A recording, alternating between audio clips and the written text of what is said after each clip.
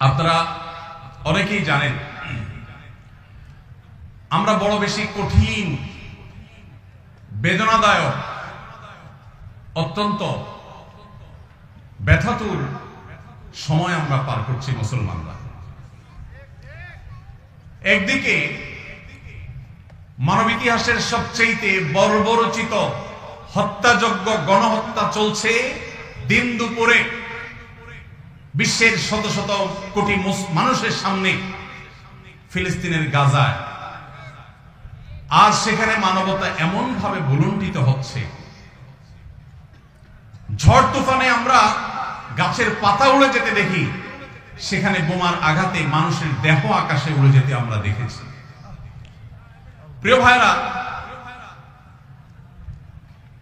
আজকের বিশ্বকে বলা হয় সভ্য পৃথিবী, আজকের পৃথিবীকে বলা হয় নাকি মানবিক পৃথিবী। আজকের পৃথিবীর সভ্যতা এবং মানবিকতার ধ্বজাধারে ধারণকারী যারা, তাদের মুখোশ, তাদের আসল রূপ, তাদের আসল চেহারা, চরিত্র আজ দিনের আলোর মতো পরিষ্কার হয়ে গেছে। গাজায় প্রতিনিয়ত শিশু হত্যা চলছে, ফিলিস্তিনের ভিডিওগুলো দেখবার মতো অবস্থা নাই।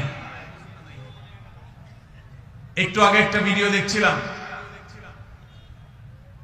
আল্লাহ তাআলা আমাকেও একটা বাচ্চা দিয়েছেন ৮-১০ বছরে। ৮-১০ বছরের একটা ছেলে ৫-৬ বছরের একটা ছেলেকে, ছোট ভাইকে বড় ভাই সান্ত্বনা দিচ্ছে, মাথার উপরে হাত বুলাচ্ছে। ছোট ভাই বড় ভাইয়ের কোলে মাথাটা রেখে চোখের পানি ফেলছে, অঝরে কাঁদছে, কারণ তাদের বাবা মাকে শহীদ করে দেওয়া হয়েছে। বড় ভাইটা ছোট ভাইয়ের মাথার উপর হাত বুলাচ্ছে আর তাকে সান্ত্বনা দেওয়ার চেষ্টা করছে, ব্যর্থ চেষ্টা। শত সহস্র শিশু আজ এতিম হয়েছে, শত সহস্র মা বাবার বুক আজ খালি হচ্ছে। যারা নারী অধিকার নিয়ে পান থেকে চুন খসলেই চিৎকার চেঁচামেচি করে, সেই মানুষগুলো আজ পাথর হয়ে গেছে। তাদের চোখের সামনে শত সহস্র মা বোনকে আজ খুন করা হচ্ছে। প্রেগনেন্ট মহিলাদেরকে রেখে সেই হসপিটাল বম্পিং করে উড়িয়ে দেওয়া হচ্ছে। আজ সেখানে শিশুদের আর্তনাদে আকাশ পাতাল ভারী হয়ে উঠছে। কোন স্থাপনার সেখানে বাকি নাই যেটা ভেঙে চুরে গুড়িয়ে দেওয়া হয়নি। উপর থেকে ড্রোন শট নেওয়ার ছবি দেখলে ভাবতে কষ্ট হয়, বিশ্বাস করতে কষ্ট হয়। একটা শহর, একটা জনপদকে এইভাবে মাটির সাথে মিশিয়ে দেওয়া যায়। সবচেয়ে অবাক করা বিষয় হলো, এই হায়নারা, এই অভিশপ্ত ইহুদিরা, এদের সবচেয়ে বেশি সমর্থন প্রকাশ্য দিবালোকে যারা করে, তারাই আমাদেরকে সবচেয়ে বেশি সকাল বিকাল মানবতার সবক শুনাইতে আসে। প্রিয় ভাইরা আমার, আজ পৃথিবীর তথাকথিত সভ্য, তথাকথিত উন্নত দেশগুলো প্রকাশ্য দিবালোকে এই অভিশপ্ত দেশকে তারা সমর্থন করছে, যারা মুসলমানদেরকে তাদের ভূখণ্ডে যুগ যুগ ধরে আজ খুন করে আসছে, তাদের রক্ত নিয়ে হোলি খেলা মেতে উঠেছে। আজ সেখানে মানবতার চিৎকারে, আর্তচিৎকারে আকাশ পাতাল ভারী হয়ে উঠছে।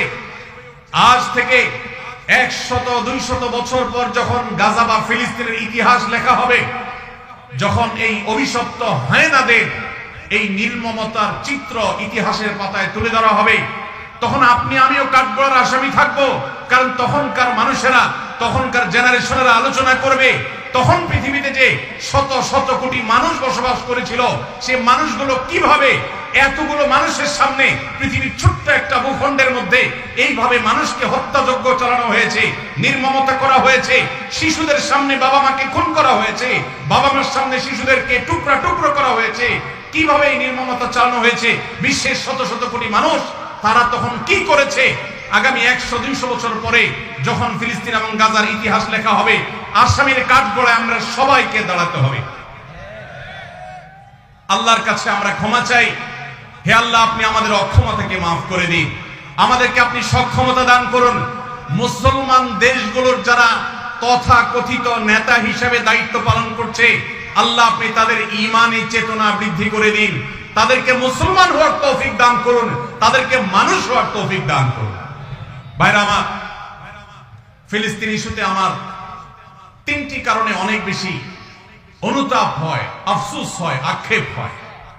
প্রথমত, সারা বিশ্বের মুসলমান দেশগুলো তো বটেই, অনেক অমুসলিম দেশেও হাজার হাজার লক্ষ লক্ষ মানুষ নির্যাতিত ফিলিস্তিনিদের সমর্থনে তারা রাস্তা বের হয়েছে, প্রতিবাদ করেছে, তাদের কষ্ট লাগার কথা তারা প্রকাশ করেছে। পৃথিবীর দ্বিতীয় বৃহত্তর মুসলিম দেশ বাংলাদেশ, এদেশের মানুষের মধ্যে ধর্মীয় আবেগ অনেক বেশি। আমরা অন্যের কষ্ট এভাবে দেখতে পারি না। এত সত্ত্বেও এই দেশে আজও পর্যন্ত ফিলিস্তিনিদের প্রতি সহমর্মিতা প্রকাশ করে একটি উল্লেখযোগ্য লক্ষ লক্ষ মানুষের কোন গণজমায়েত এই দেশের মাটিতে এখনো পর্যন্ত হয় নাই। আমার লজ্জা হয়, কষ্ট হয় যখন দেখি ফিলিস্তিন ইস্যুতে প্রত্যেক দল আলাদা আলাদা ব্যানার নিয়ে 2-4-10,000 মানুষ নিয়ে তারা প্রতিবাদ করে।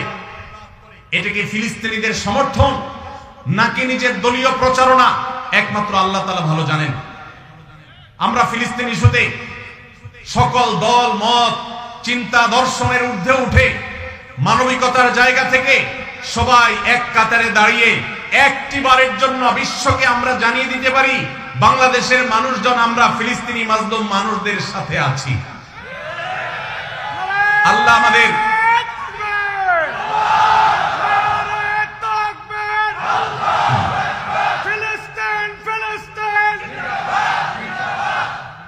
আল্লাহ রাব্বুল আলামিন আমাদের মুসলিম নেতৃবৃন্দকে সেই সুবোধ দান করুন, তারা যেন এদেশের সকল মতের, সকল চিন্তার, সকল পথের, সকল আদর্শের, সকল দলের মানুষদেরকে, এমনকি আমাদের যে সমস্ত অমুসলিম ভাইয়েরা আছেন তাদেরকেও এই মানবিক ইস্যুতে এক কাতারে দাঁড় করিয়ে লক্ষ লক্ষ বাংলাদেশের মানুষ ফিলিস্তিনি পতাকা হাতে নিয়ে তারা ফিলিস্তিনের প্রতি সহমর্মিতা প্রকাশ করবে, জানাবে।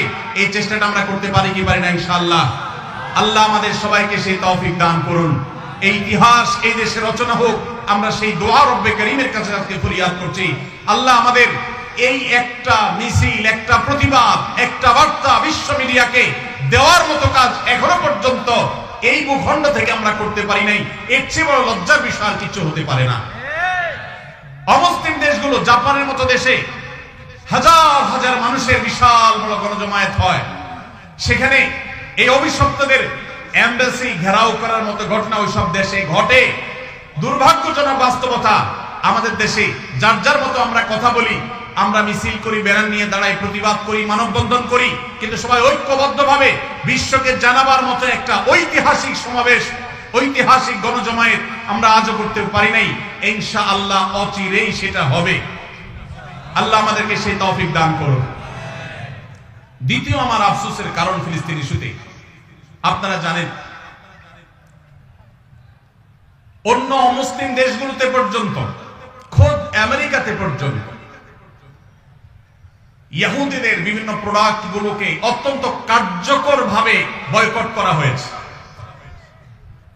আমাদের এই দেশে প্রত্যেকটা দোকানে দোকানে, প্রতিটা দোকানে দোকানে আপনি পাবেন ইহুদি পণ্যে পরিপূর্ণ ভরপুর সয়লাব। আমরা অনেকে আছি যারা ফিলিস্তিনি বাচ্চাদের ভিডিও দেখে চোখের পানি ফেলি, কিন্তু আমাদের ওয়াশরুমে গেলে হ্যান্ড ওয়াশটা দেখা যায় ইহুদিদের। আমাদের ওয়াশরুমে গেলে দেখা যায় সাবানটা কেনা হয়েছে, যে সাবানটা আমি টাকা দিয়ে কিনে এনেছি আমার পকেট থেকে, সেটা ইহুদিদের তৈরি করা। আমি যে সফট ড্রিঙ্কসটা গিলছি ডক ডক করে, সেটা ইহুদিদের তৈরি করা। এই সমস্ত পণ্য আপনি যখন মুদি দোকান থেকে কিনেন, আপনি কোন দোকান থেকে যখন ইহুদিদের কোন পণ্য কিনেন, তখন আপনি পণ্য কিনেন না, আপনি মূলত ইহুদিদেরকে চাঁদা দেন বোমা হামলা করবার জন্য। আপনি যেটাকে টাকা দিয়ে সম্পদ কেনা, মাল কেনা মনে করছেন, এটা মাল কেনা নয়, এটা অভিশপ্তদের বোমাবাজিতে সাহায্য করা। লজ্জার বিষয়, কার্যকরভাবে বাংলাদেশে এখনো পর্যন্ত ফিলিস্তিন ইস্যুতে আমরা একটা বয়কট কার্যকরভাবে করতে পারি নাই। একটা সফট ড্রিঙ্কস শুধুমাত্র কিছুটা বর্জন করা গেছে, আলহামদুলিল্লাহ। আর বাকি প্রোডাক্টগুলো সব যেভাবে সেভাবে রয়েছে। আমি একটা দেশীয় প্রোডাক্টের একটা মালিক, একটা দেশীয় প্রোডাক্টের একজন মালিককে প্রশ্ন করেছিলাম, ভাই আপনাদের প্রোডাক্টগুলো কেন বাজারে বাজারে দোকানে দোকানে পাওয়া যায় না? কেন ইউনিলিভারের মাল বাজারে পরিপূর্ণ? কেন যারা আমাদের সমাজে 14ই ফেব্রুয়ারিতে আমাদের তরুণদের চরিত্রকে ধ্বংস করার নীল নকশা করে সেই ক্লোজ আপ কেন আমার দোকানে থাকে? কেন আপনাদের পেস্ট দোকানে নাই? আমাকে সেই বাংলাদেশি কোম্পানির মালিক, বাংলাদেশি প্রোডাক্ট তৈরি করেন সেই ব্যবসা প্রতিষ্ঠানের মালিক, তিনি আমাকে বলছেন, ভাই লজ্জার কথা, আমাদের দেশে এক শ্রেণীর, সবাই নয়, এক শ্রেণীর অসাধু কর্মকর্তা কর্মচারী আছে সরকারি অফিসগুলোতে, যারা এই সমস্ত ইয়াহুদি কোম্পানিগুলো, বিদেশি কোম্পানিগুলো থেকে টাকা পয়সা খেয়ে, ঘুষ খেয়ে তাদের জন্য সকল সুযোগ সুবিধা, সকল ফ্যাসিলিটিসকে এমন ভাবে প্রোভাইড করে যে আমরা দেশীয় প্রোডাক্ট যারা প্রস্তুত করি, তৈরি করি, তারা তেমন কোনো সুবিধা করতে পারি না। তার এই কথার বাস্তবতা আছে। আমিও কিছুটা অনুভব করার চেষ্টা করেছি, অনুসন্ধান করার চেষ্টা করেছি। দুর্ভাগ্যজনক বাস্তবতা, আমরা সাধারণ মানুষও আমাদের নিজস্ব উদ্যোগে ইয়াহুদিদের পণ্য মুক্ত আমাদের বাসা করব, সেটা আমরা করতে পারি নাই। মনে রাখবেন, আপনি যদি ইয়াহুদিদের পেস্ট না কিনেন, তাদের সাবান না কিনেন, তাদের প্রসাধনী না কিনেন, তাদের কোন প্রকার আইটেম আপনি না কিনে তার জায়গায় যদি একটা মুসলিম দেশের তৈরি করা, আপনার নিজের দেশের তৈরি করা কোনো জিনিস আপনি নেন, কোয়ালিটি যদি একটু খারাপ হয়, দাম যদি একটু বেশিও পড়ে, আপনার এই কিনার কারণে, এই যে আপনি স্যাক্রিফাইস করলেন, একটু কম কোয়ালিটির জিনিস নিলেন, আবার দাম একটু বেশি দিলেন, এই স্যাক্রিফাইসটা কিয়ামতের ময়দানে ফিলিস্তিন ইস্যুতে আপনি আপনার ন্যূনতম দায়িত্বটা পালন করতে পেরেছেন, এই হিসাবে আল্লাহর কাছে হাজির হবে। এর সওয়াব আপনি আল্লাহর কাছে লাভ করবেন ইনশাআল্লাহ। আমরা কারা কারা আছি ইয়াহুদিদের পণ্য মুক্ত করব আমাদের বাসাগুলোকে? কারা কারা আছে? আল্লাহ আমাদের সবাইকে তৌফিক দান করুন। আমাদের বাসা বাড়িতে ইয়াহুদি পণ্য থাকবে না, ঠিক আছে ইনশাআল্লাহ? কোন মুদি দোকান থেকে আমরা ইয়াহুদি পণ্য কিনবো না, প্রয়োজনে আমি সফট ড্রিঙ্কস গিলবো না। আমি দেশিটা থাকলে খাবো, না হলে খাবো না। একবার বাংলাদেশ বিমানে আমি কোথাও ট্রাভেল করতেছিলাম, আমাকে কোকা কোলা দেওয়া হলো। আমি বললাম, কেন কোকা কোলা? আমার দেশীয় ক্যারিয়ার, আমার দেশীয় সফট ড্রিঙ্কস নাই, কেন আপনি বিদেশি সফট ড্রিঙ্কস খেতে আমাকে বাধ্য করবেন? প্রতিবাদ স্বরূপ আমি এটা খেলাম না, নিয়ে যান, অন্তত একটা বোতল বাঁচবে। আর আপনার কর্তৃপক্ষকে জানাবেন, একজন কাস্টমার প্রতিবাদ করেছে, তিনি দেশীয় সফট ড্রিঙ্কস না, বিদেশি সফট ড্রিঙ্কস। সফট ড্রিঙ্কস এমনিতে স্বাস্থ্যের জন্য ক্ষতিকর, সেখানে ইয়াহুদিদের যে সফট ড্রিঙ্কস আপনি কিনছেন, এটা সফট ড্রিঙ্কস না, এটা রক্তে ভরা বোতল। অতএব আমাদের বাসা বাড়িকে ইয়াহুদি পণ্য থেকে মুক্ত করবো তো ইনশাআল্লাহ। আমি বাংলাদেশি মুসলমান হিসেবে লজ্জিত যে ফিলিস্তিন ইস্যুতে আমরা একটা কার্যকর একটা বয়কট, একটা বর্জন, এটা আমরা করতে পারি নাই। ভাইরা আমার, আজকে আমরা যারা এখানে সমবেত হয়েছি,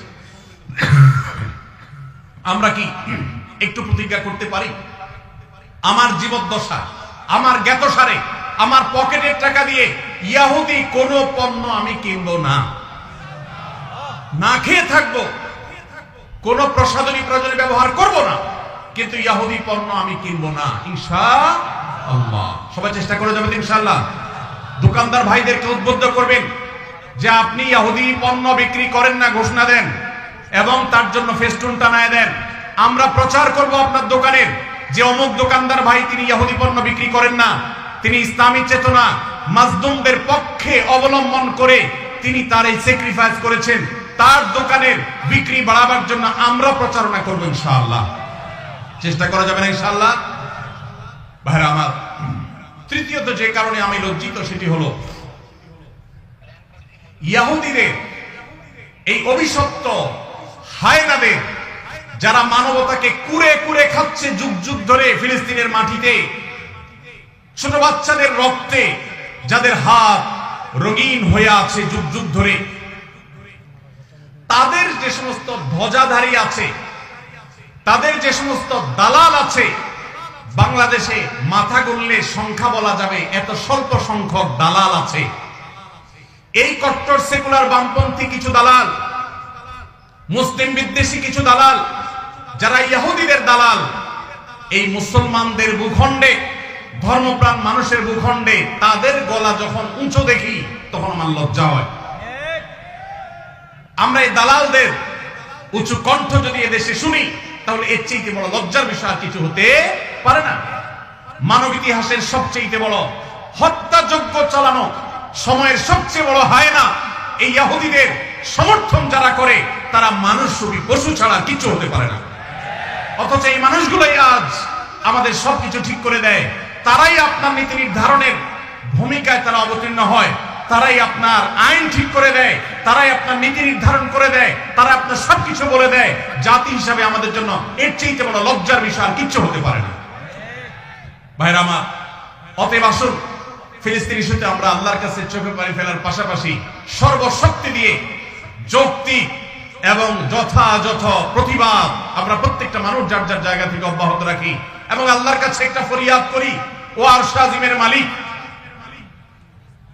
রোমের কলোসিয়ামের গ্যালারিতে বসে যেরকম তখনকার পশুরা মানুষের নির্মম ভাবে মৃত্যুবরণ করা দেখতো, দেখে তারা উৎসাহ করত, উদ্দীপনা করত, ফুর্তি করত, আজ ফিলিস্তিনের ছোট্ট একটা ভূখণ্ডের চারপাশে শত শত কোটি মানুষ মানবতার মুখোশ ধারণ করে আছে। মানবাধিকারের সবক সকাল বিকাল যারা মুখে শোনায়, মুখে বলে, জিগির তোলে, সেই মানুষগুলো আজ ওই কলোসিয়ামের গ্যালারিতে বসে যেরকম নির্মম ভাবে মানুষ হত্যার আনন্দে উৎসব করত, আজ গোটা বিশ্ব সেরকম উৎসবে মত্ত হয়ে আছে। আল্লাহ এই জুলুমের শেষ পরিণতি আমাদেরকে দেখে যাওয়ার তৌফিক দিও। এই জীবদ্দশায় যেন আমরা এই জুলুমের শেষ দেখে যেতে পারি। আল্লাহ আমাদের সবাইকে সেই তৌফিক দান করুন। ভাইরা আমার, আমরা সবাই যার যার দায়িত্বটা পালন করবো তো ইনশাআল্লাহ। আল্লাহ আমাদেরকে সেই তৌফিক দান করুন।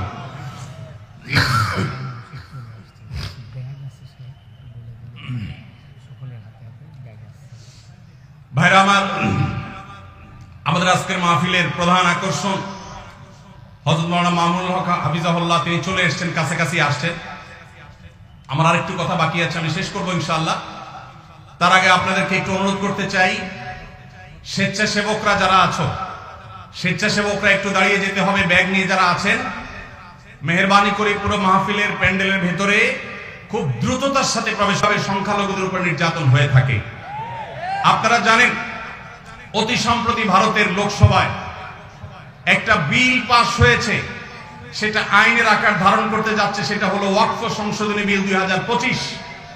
আপনারা অনেকে জেনে থাকবেন, ভারতবর্ষে প্রাতিষ্ঠানিক জমির মালিকানা সবচেয়ে বেশি হলো ভারতের রেলওয়ে এবং সেনাবাহিনীর। তৃতীয় সর্বোচ্চ প্রাতিষ্ঠানিক জমির মালিকানা হলো ভারতের মুসলমানদের ওয়াকফ বোর্ডের জমি। 8.7 লক্ষ সম্পদের মালিক হলো মুসলমানদের ওয়াকফ বোর্ড। ইসলামের অন্যতম একটা সৌন্দর্য হলো মসজিদ, মাদ্রাসা, ইয়েতিমখানা, কল্যাণমূলক কাজ, এগুলো পরিচালনা করবার জন্য ওয়াকফের ব্যবস্থা রাখা হয়েছে ইসলামে। কেউ তার জমি জীবদ্দশায় ওয়াকফ করে গেলে কিয়ামত পর্যন্ত সেই জমি যে উদ্দেশ্যে ওয়াকফ করে যাওয়া হয়েছে সে উদ্দেশ্যে ব্যয় করতে হবে। ওয়াকফের জমি কেউ বিক্রি করতে পারে না, এক্সচেঞ্জ করতে পারে না, দখল করতে পারে না। যে উদ্দেশ্যে ওয়াকফ করা হয়েছে এটার পরিপন্থী কোনো কাজ করা যায় না। ওয়াকফের এই চমৎকার উদাহরণের কারণে পৃথিবীতে কল্যাণমূলক কাজ আজীবন বেঁচে থাকবে। সেই সাস্টেইনেবল ওয়াকফের মাধ্যমে সাস্টেইনেবল ডেভেলপমেন্টের ব্যবস্থা ইসলাম রেখেছে। ভারতবর্ষে মুসলমানদের শত শত বছর চলে আসা 8.7 লক্ষ সম্পদ, যেটা টোটাল ভারতবর্ষে যত প্রাতিষ্ঠানিক সম্পদ আছে এর মধ্যে তৃতীয় সর্বোচ্চ। সেই সম্পদ আজ ভারতের হিন্দুত্ববাদীরা গ্রাস করবার জন্য নতুন করে সংসদে বিল তারা পাস করেছে। আপনারা জানেন এই বিলে সুস্পষ্টভাবে বলা হয়েছে যে মুসলমানদের ওয়াকফ বোর্ড, যেটা নিতান্ত ইসলামিক একটা বিষয়, এটা এতদিন পর্যন্ত মুসলমানরাই পরিচালনা করে আসতো। এখন রাজ্য এবং কেন্দ্রীয় ওয়াকফ বোর্ডে দুজন অন্য ধর্মাবলম্বী অমুসলমান হিন্দু তাদেরকে বাধ্যতামূলকভাবে ওয়াকফ বোর্ডে অন্তর্ভুক্ত করার জন্য আইন করা হয়েছে। তার মানে মুসলমানদের মসজিদ পরিচালনার জন্য মুসলমানদেরকে ঢুকাইতে হবে কমিটিতে। এরকম ন্যাক্কারজনক এরকম জঘন্য বিল আজকে তারা লোকসভায় পাশ করেছে। আমরা বাংলাদেশের এই প্রান্ত থেকে এই জঘন্য মুসলমানদের স্বাধীনতা হরণকারী, মুসলমানদের অধিকার খর্বকারী এই কালো আইন যেটা হতে যাচ্ছে সেটার বিরুদ্ধে আমরা তীব্র নিন্দা এবং প্রতিবাদ জানাচ্ছি। ভাইরা আমার, আমাদের দেশে পান থেকে চুন খসলেই যারা সংখ্যালঘু অধিকার বলে চিৎকার চেঁচামেচি করে আর নিন্দা জ্ঞাপন করে, তারা যুগ যুগ ধরে যে মুসলমান নিধন করে আসছে, সেখানে সামান্য একটু গোশত পাওয়া যাওয়ার কাল্পনিক অভিযোগের ভিত্তিতে দিন দুপুরে মানুষকে পিটিয়ে মেরে ফেলা হয়। হোলির রং গায়ে মাখতে না চাওয়ার কারণে দিন দুপুরে পিটিয়ে মানুষকে মেরে ফেলা হয়। তাদের উৎসবের নাম দিয়ে মুসলমানদের মসজিদগুলোকে ভাঙা হয় বুলডোজার দিয়ে। যেখানে হাজার বছরের পুরাতন বাবরি মসজিদ ভেঙে সেখানে রাম মন্দির নির্মাণ করা হয়। ওয়াকফ বোর্ডের উপরে কর্তৃত্ব প্রতিষ্ঠা করার মাধ্যমে মুসলমানদের লক্ষ লক্ষ সম্পদ, এটাকে হিন্দুরা তাদের মতো করে মসজিদ মাদ্রাসাগুলোতে আরো বহু রাম মন্দির প্রতিষ্ঠা করার আইনি ভিত্তি তারা তৈরি করেছে। এই কালো আইন, এই বিলের বিরুদ্ধে আমরা তীব্র প্রতিবাদ এবং নিন্দা জ্ঞাপন করছি। আমাদের দায়িত্ব হবে প্রত্যেকটা মানুষ ভারতবর্ষের মুসলমানদের বিরুদ্ধে এই ঐতিহাসিক জঘন্য যে পদক্ষেপ ভারত সরকার নিতে যাচ্ছে, এর বিরুদ্ধে প্রত্যেককে যার যার জায়গা থেকে প্রতিবাদ জানাতে হবে। ওয়াকফ সম্পদ এটা মুসলমানদের অধিকারের ব্যাপার, সামাজিক এবং ধর্মীয় অধিকারের ব্যাপার। মুসলমানদের সে অধিকার থেকে তারা বঞ্চিত করছে। একের পর এক কালো আইন করে করে মুসলমানদেরকে বঞ্চিত করা হচ্ছে। আমরা নিন্দা জানাই। সেই সাথে ভারতের একটা আইন আছে, 12 বা 13 বছর যদি কেউ কোনো জমি নির্বাধায় দখল রাখতে পারে, সে সেটা মালিকানা দাবি করতে পারে। ওয়াকফের জমিগুলো এখন কেউ যদি এভাবে দখল করে রাখতে পারে আর সংশ্লিষ্ট ওয়াকফ বোর্ড যদি কোনো আপত্তি না জানায়, তাহলে সেটার সে মালিকানা দাবি করতে পারে। এবং সেই মালিকানার দাবি নিষ্পত্তি করার নতুন করে বিল পাস করা হয়েছে, যে কালেক্টরেটের চাইতে সিনিয়র লেভেলের কোন অফিসার সেটা নিষ্পত্তি করতে পারবে। অর্থাৎ মুসলমানদের মসজিদের বিষয়ে এই জমি যদি কোনো হিন্দু দখল করে, তাহলে সেটা যেন সে দখল নিতে পারে, তার জন্য হাজারটা দুয়ার খোলা হয়েছে। এটা ভারতবর্ষের ইতিহাসে মুসলমানদের বিরুদ্ধে তৈরি হওয়া সবচেয়ে কালো আইনগুলোর একটা, যেটা মুসলমানদের অধিকার খর্ব করছে, সংখ্যালঘুদের অধিকার খর্ব করছে। আমরা এর তীব্র নিন্দা জানাচ্ছি। আল্লাহ রাব্বুল আলামিন ভারতবর্ষের মুসলমানদের অধিকার যেন তারা ফিরে পায়, সেই তৌফিক আল্লাহ তাদের সবাইকে দান করুন। আমিন।